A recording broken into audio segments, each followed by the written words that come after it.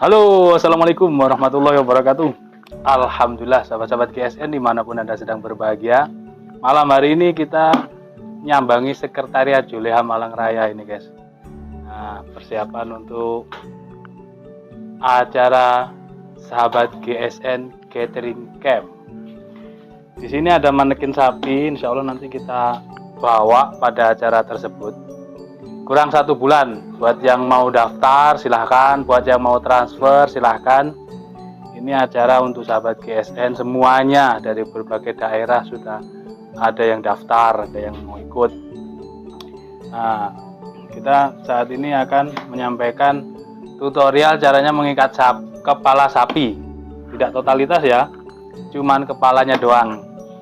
Karena banyak sekali eksekutor atau jagal atau yang menyembelih itu kebanyakan belum tahu caranya, hanya modal menyembelih saja. Nah, kita contohkan di sini cara mengikat kepala sapi. Nah, sapi ketika mau dari kandang mau dijual dan dibawa ke tempat penyembelihan, ke masjid-masjid.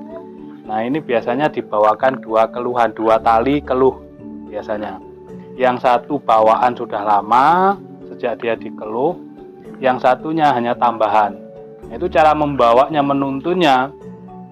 Satu orang membawa saat ini di depan, satu ikat di depan, dan yang satunya ketika ada talinya pasti ada tali tambahan, biasanya gitu. Itu di belakang. Jangan semuanya di belakang. Kalau semua di belakang, sapinya bingung mau dibawa kemana, ngawur akhirnya dia jalannya. Terus jangan semuanya di depan. Kalau semuanya di depan, nantinya sapinya akan takut dan gak mau jalan. Jadi ada satu di depan, satu di belakang, 2 orang. Kalau putus 1 orang bagaimana? Bisa, nggak masalah. Talinya dua-duanya dipegang, terus dituntun. Harus yakin, harus berani. Gitu. Kalau kita cenggring-cenggring takut, cenggring-cenggring itu apa ya? Agak ragu-ragu gitu kan? Itu sapi pasti lebih berani dia. Tapi kalau kita cek, Bismillah, cek kita bawa, gitu. Entah dipegang keluhannya atau talinya mendekat gini, sapi akan ngikut dan nurut kepada kita. Lalu diikatkan di pohon, sudah. Selanjutnya ketika hari dimana proses siap disembelih, ini kita membawa mulai dibuka talinya, dituntun, itu jangan lebih dari 20 menit proses ini. Proses ketika kita membawa, menuntun sapi sampai menuju tempat eksekusi dan siap akan disembelih atau dieksekusi, itu jangan lebih 20 menit. Nah, selanjutnya kita menyembelihnya jangan lebih dari 5 detik. Waktu yang dibutuhkan saat menggorok jangan lebih dari 5 detik. Dan jangan lebih dari 3 kali gesekan. Menggunakan gaya apapun, jangan lebih dari 3 gesekan. Oke. Selanjutnya kita, ini sapi dituntun ya tadi. Terus mau dibawa ke tempat eksekusi. Misalkan ini pohon atau tiang atau patok atau ring dan lain sebagainya, kondisional. Nah, ini kita dekatkan sapi tersebut. Pura-puranya ini sudah dekat ya guys. Pura-puranya sudah dekat. Kedua tali tadi, ini kalau kita hanya mengandalkan tali ini saja tidak kuat. Kalau kita tarik dengan metode apapun, sapinya berontak, bisa putus ini. Kalau sudah putus, sapi ngamuk, wah sudah kacau. Jadi ini harus didobeli. Apalagi kalau dia punya tanduk, lebih gampang dan penanganannya lebih simpel. Pertama, kita sediakan tali tambahan selain tali keluh ini. Ada tali tambahan dibentuk seperti ini. Kita masukkan ikatan seperti ini kan, masih santai kendor gini ya. Bentar. Bentuknya seperti ini, seperti tali kolong gini. Nah, kita masukkan ke kedua tanduk. Mati lampu. Nah, seperti ini, bisa setelah dikaitkan di kedua tanduk begini, bisa kita putar gini. Ini kan tidak langsung begini, tapi kita putar. Set begini, kita masukkan ke moncongnya. Nah, ini sudah kuat seperti ini. Bagaimana dengan tali keluhan tadi? Kalau ini ditarik kan pasti merucut ya. Nah, ini tali keluhannya ini ditaruh di sebelah belakangnya tali puntiran tadi. Tali keluhan itu ditaruh di belakang tali moncong.